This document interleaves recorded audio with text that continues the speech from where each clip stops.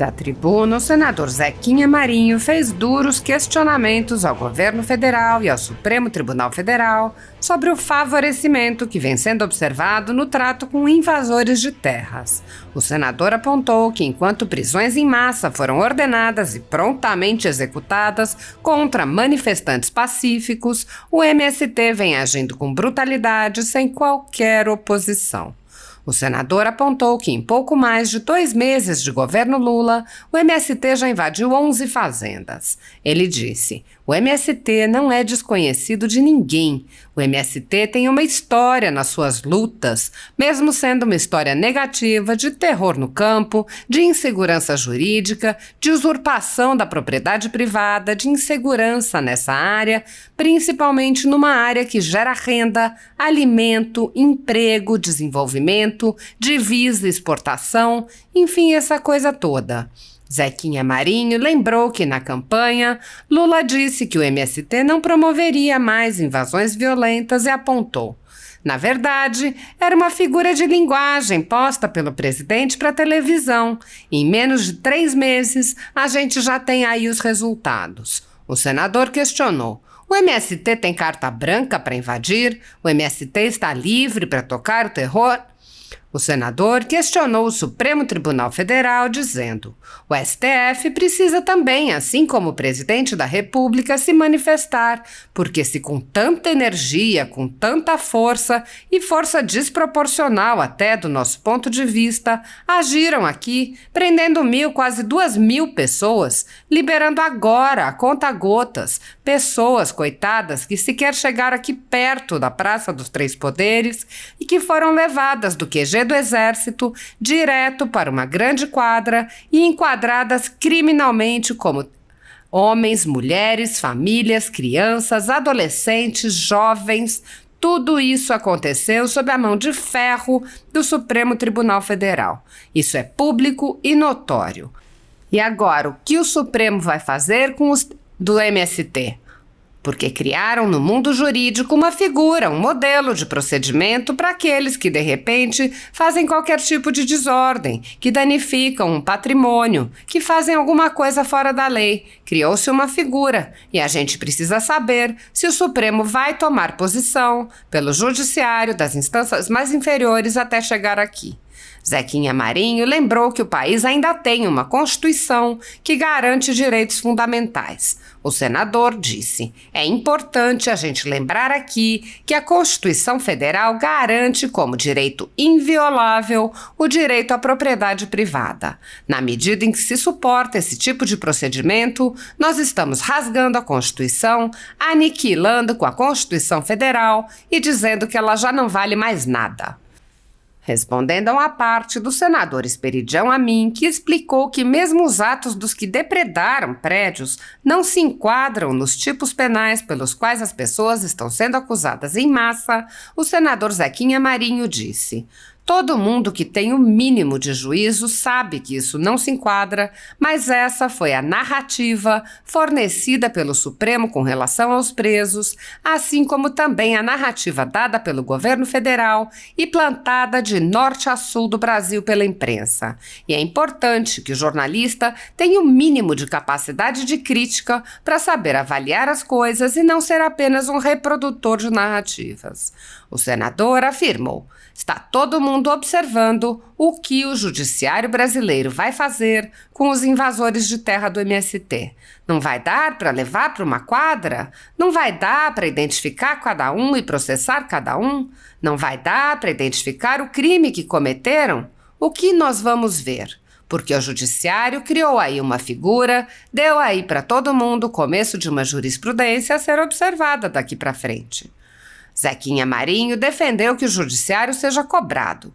Nosso mandato vai cobrar que as instituições não sejam parciais. Com fulano, com a turma do fulano, eu faço isto. O rigor da lei, o extremo da lei, o que está além da lei. Mas com os amigos do Beltrano, os favores, a insignificância do fato e outras figuras de linguagem que o jurídico usa quando quer minimizar um fato. Nós estaremos atentos aqui e nós queremos e cobramos, a partir desta tribuna, que o judiciário brasileiro diga de que lado está. Se do lado da imparcialidade, da sociedade, do cumprimento da lei, ou se do lado de grupos políticos que passam a mão na cabeça de alguns e que condenam ao extremo outros que, mesmo não devendo, terão que pagar. No Brasil atual, a liberdade de manifestação não é reconhecida de forma igual para todos. As manifestações promovidas por partidos de esquerda, sindicatos, movimentos e coletivos, divulgadas pela velha imprensa e por sites e canais de internet de forma coordenada, não estão sujeitas a qualquer investigação sobre seu financiamento ou qualquer questionamento sobre se as ideias que defendem seriam democráticas ou antidemocráticas. Mesmo quando há cartazes pedindo ditadura, depredação de patrimônio público e privado, invasão de propriedades, bloqueio de estradas e vias ou agressões a políticos e cidadãos, nada disso é considerado um ato antidemocrático quando o ato é da esquerda. Nos últimos anos, milhões de pessoas foram às ruas para pedir liberdade e respeito à Constituição, incluindo a liberdade de expressão, a liberdade de culto, a liberdade de ir e vir, entre outras. Essas manifestações pacíficas são alvo de inquéritos sigilosos alimentados por notícias da velha imprensa, nos quais manifestantes e jornalistas que cobrem as manifestações são perseguidos, presos, censurados e têm seus bens apreendidos. A renda da Folha Política está sendo confiscada a mando do ministro Luiz Felipe Salomão, ex-corregedor do TSE, com respaldo e apoio de Luiz Roberto Barroso, Alexandre de Moraes e Edson Fachin. A decisão confisca, de forma indiscriminada, todas as receitas advindas do YouTube, indicando claramente que a intenção não é a de excluir conteúdos específicos, mas sim de calar o canal e eliminar o jornal. Toda a renda de mais de 20 meses de trabalho vem sendo retida sem base legal. Se você apoia o trabalho da Folha Política e pode ajudar a evitar que o jornal seja fechado, doe qualquer valor à empresa Raposo Fernandes por meio do Pix, cujo QR Code está visível na tela, ou por meio do código ajude@folhapolitica.org. Caso não utilize Pix, há a opção de transferência bancária para a conta da empresa Raposo Fernandes, disponível na descrição deste vídeo e no comentário fixado no topo. Há 10 anos, a Folha Política vem mostrando a realidade da política brasileira e quebrando barreiras do monopólio da informação. Com a sua ajuda, poderá se manter firme e continuar a exercer o seu trabalho. Pix ajude@folhapolitica.org. Assista. Eu venho à tribuna nessa tarde para trazer à memória os últimos fatos ocorridos pelo interior do Brasil ligados à questão de invasão de terras. Um dado que nos assusta é que só nesses primeiros 2 meses e pouco do governo do presidente Lula, o MST já invadiu 11 fazendas, 11 propriedades.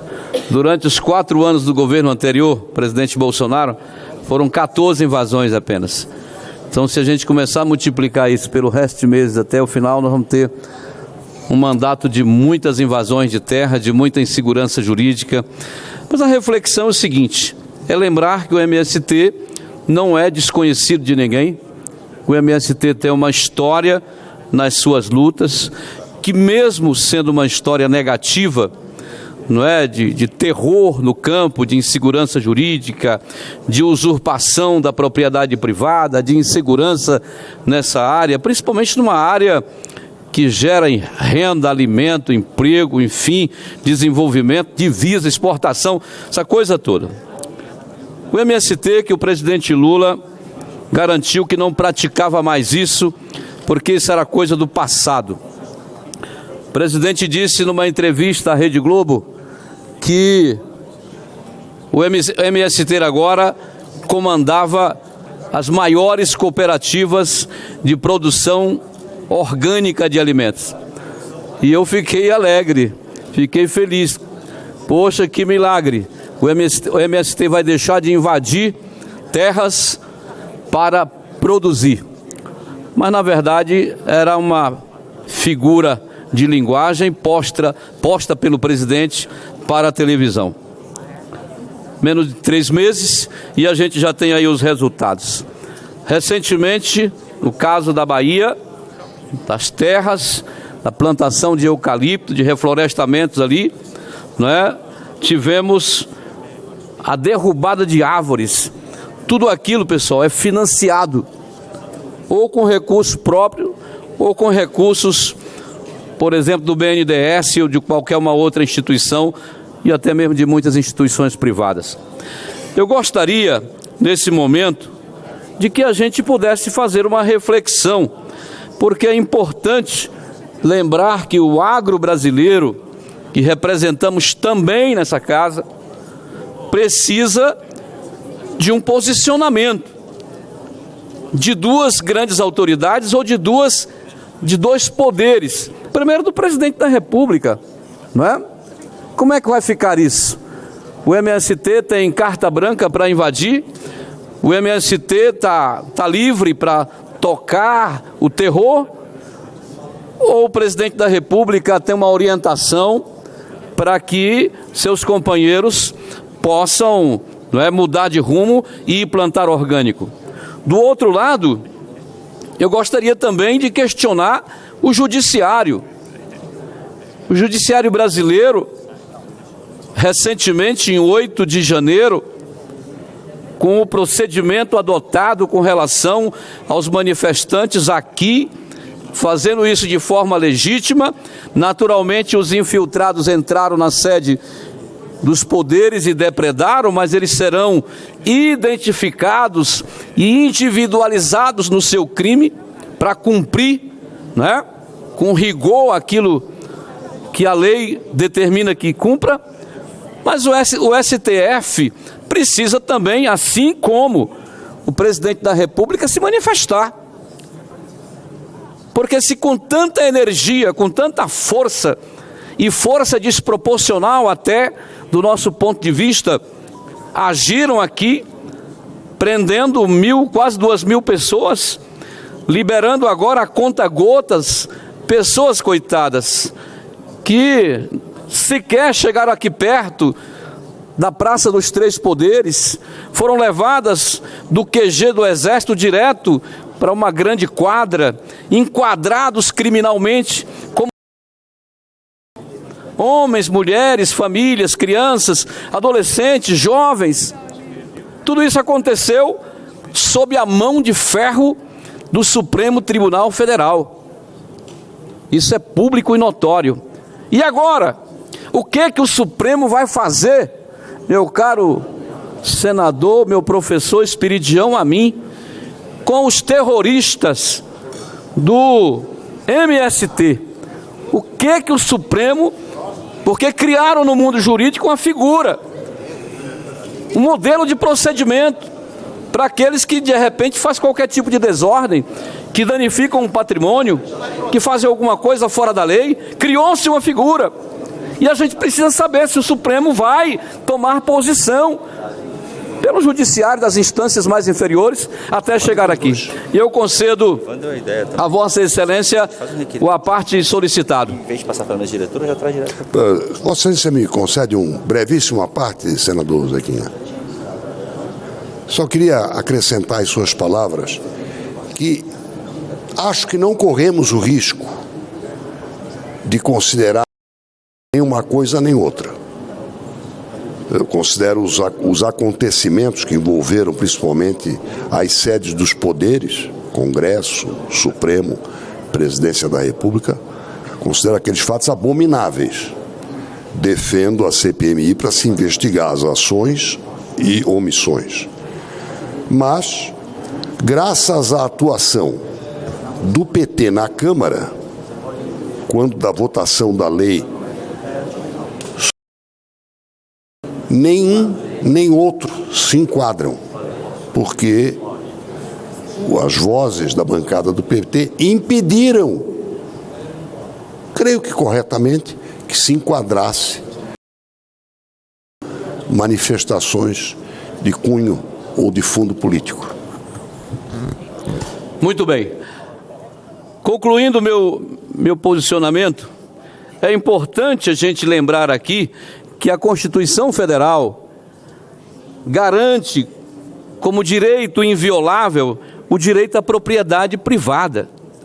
Na medida em que se suporta esse tipo de procedimento, nós estamos rasgando, aniquilando com a Constituição Federal e dizendo que ela já não vale mais nada. Então é importante, quando eu me refiro aqui à questão do... Todo mundo que tem um mínimo de juízo, né, sabe que isso não se enquadra. Mas essa foi a narrativa fornecida pelo Supremo com relação aos presos, assim como também a narrativa dada pelo governo federal e plantada de norte a sul do Brasil pela imprensa. E é importante que o jornalista tenha um mínimo de capacidade de crítica para saber avaliar as coisas e não ser apenas um reprodutor de narrativas. Falando da Constituição, o nosso judiciário é cobrado nesse momento, é cobrado por todo mundo, está todo mundo de olho, está todo mundo observando o que o judiciário brasileiro vai fazer com os invasores de terra do MST. Não vai dar para levar para uma quadra, não vai dar para identificar cada um, processar a cada um, não vai dar para identificar o crime que cometeram. O que nós vamos, né, ver como o judiciário, porque ele criou aí uma figura, deu aí para todo mundo o começo de uma jurisprudência a ser observada daqui para frente. E essa casa, nosso mandato, vai cobrar, meu caro senador Jorginho, que as instituições não sejam parciais. Com fulano, com a turma do fulano eu faço isso. O rigor da lei, o extremo da lei, o que está além da lei. Mas com os amigos do Beltrano, os favores, a insignificância do fato e outras figuras de linguagem que o jurídico usa quando quer minimizar um fato. Nós estaremos atentos aqui e nós queremos e cobramos, a partir dessa tribuna, que o judiciário brasileiro diga de que lado está. Se do lado da imparcialidade, da sociedade, do cumprimento da lei, ou de grupos políticos que passam a mão na cabeça de alguns e que condenam ao extremo outros, que mesmo não devendo, terão que pagar. Para sair da cadeia, tem que usar tornozeleiras e periculosidade à sociedade. Pois não, finalizando. Posso dar uma parte, senhor presidente? Posso dar uma parte? 30 segundos? Perfeitamente. Nobre senador Zequinha Marinho, eu, na minha existência, eu nunca vi um ato extremo chegar a bom termo. Na minha avaliação, uma invasão, ela é uma agressão. Não vai atingir o objetivo legítimo de uma reforma agrária justa e que possa fazer produzir algo que não está produzindo.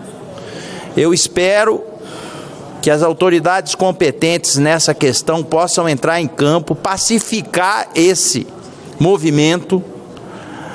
Eu posso reportar o estado de polvorosa que se encontra o setor agro do meu estado, que muitos moram e vivem nas suas fazendas, nos seus sítios, estão com medo no sentido de garantir a segurança no campo, para que eles possam ter paz para trabalhar e produzir.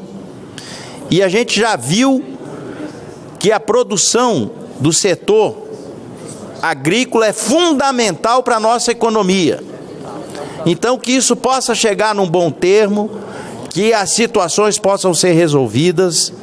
Eu confio na capacidade e no bom senso do ministro Paulo Miranda, né? Paulo Teixeira, do Desenvolvimento Agrário. Conheço a sua forma de atuar e sei que no que ele puder fazer, ele vai conseguir unir as pontas e pacificar essa história para garantir ao homem do campo a paz necessária para que ele possa trabalhar. Muito obrigado, senador. Faço minhas suas palavras e solicito que seja incluído no nosso pronunciamento, presidente. Só finalizando, presidente Pacheco, rapidamente, nos assusta e é importante que a gente dê voz a esse assunto. A Polícia Civil do Estado de São Paulo identificou que lideranças invasoras de terra estão cobrando pedágio de produtores rurais, não é? Se quiserem colher seus produtos, vão ter que pagar para a gente, senão não deixaremos colher. Olha o fim de mundo que nós estamos nos metendo nesse momento. Quer dizer, teremos, se quisermos buscar aquilo que plantamos, investimos, trabalhamos para poder colher. Isso não tem sentido, isso é ilícito, isso é coação, isso é todo tipo de crime que se possa imaginar. Mas vindo da onde está vindo, a gente não se assusta mais. Mas é importante, repito aqui, que o governo jogue claro com o agronegócio brasileiro, porque se for essa a intenção do governo, teremos um caos daqui para frente. Por outro lado, repito, estamos observando o comportamento do judiciário brasileiro com relação a isso. Não acredito que o judiciário seja conivente. A regra que atinge um tem que atingir o outro. Nós temos que deixar a parcialidade de um lado e agir com imparcialidade, com correção, porque a lei é feita para todos. Muito obrigado, presidente. Obrigado, senador.